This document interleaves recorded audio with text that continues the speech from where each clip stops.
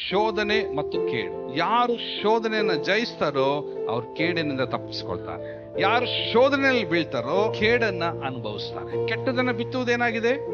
ಶೋಧನೆ ಆಗಿದೆ. ಅದರ ಫಲದ ಕೇಡನ್ನ ಅವನು ಅದನ್ನು ಕೊಯ್ಬೇಕಾಗ್ತದೆ. ಶೋಧನೆ ಎಂಬುದು ಒಂದು ದೊಡ್ಡ ಬಲೆ ಆಗಿದೆ. ಬಲೆಗೆ ಒಂದು ಬಲೆ ಇದ್ದಾಗ ಒಂದು ಸರಿ ಹೋಗಿ ಅದ್ರಲ್ಲಿ ಸಿಗಾಕೊಂಡ್ ಬಿಟ್ರೆ ಅದು ಹೊರಗೆ ಬರೋದು ತುಂಬಾನೇ ಕಷ್ಟ ರೀ. ಮತ್ತು ಶೋಧನೆ ಎಂಬುದು ಒಬ್ಬ ಮನುಷ್ಯನನ್ನ ದೇವರ ಸಂಗತಿಗಳಿಂದ ಎಳೆದು ದೂರವಾಗಿ ಪಾಪದ ಕಡೆಗೆ ನಡೆಸುವಂತದ್ದಾಗಿದೆ ಶೋಧನೆ. ಹೊಸ ಒಡಂಬಡಿಕೆಗೆ ಮೀಸಲಾದಂತ ದೈವ ಭಕ್ತರಾದಂತ ನಮಗೆ ದೇವರು ಆ ಶೋಧನೆಯನ್ನ ಜಯಿಸಿ ಆ ಶೋಧಕನನ್ನ ತಲೆಯನ್ನ ಜಜ್ಜಿ, ಯಾಕೆ ಸ್ವಾಮಿ ತಲೆಯನ್ನ ಜಜ್ಜಿದಂದ್ರೆ ತನ್ನ ತಲೆಯಲ್ಲಿ ಬರುವಂತದ್ದು ಎಲ್ಲದು ಶೋಧನೆ ಮಾತುಗಳೇ, ವಂಚನೆ ಮಾತುಗಳೇ. ನನ್ನ ಮಕ್ಕಳು ನನ್ನ ರಕ್ತದಿಂದ ತೊಳೆಯಲ್ಪಟ್ಟ ನನ್ನ ಜನರಿಗೆ ಇನ್ನ ಶೋಧನೆಗಳನ್ನ ಜಯಿಸುವಂತ ಕೃಪೆಯನ್ನ ನೀಡ್ತೀನಿ ಎಂಬುದಾಗಿ ಹೇಳಿ ಸೈತಾನ್ ತಲೆಯನ್ನ ಜಜ್ಜಿ ದೇವರ ನಮಗೆ ಜಯವಂತ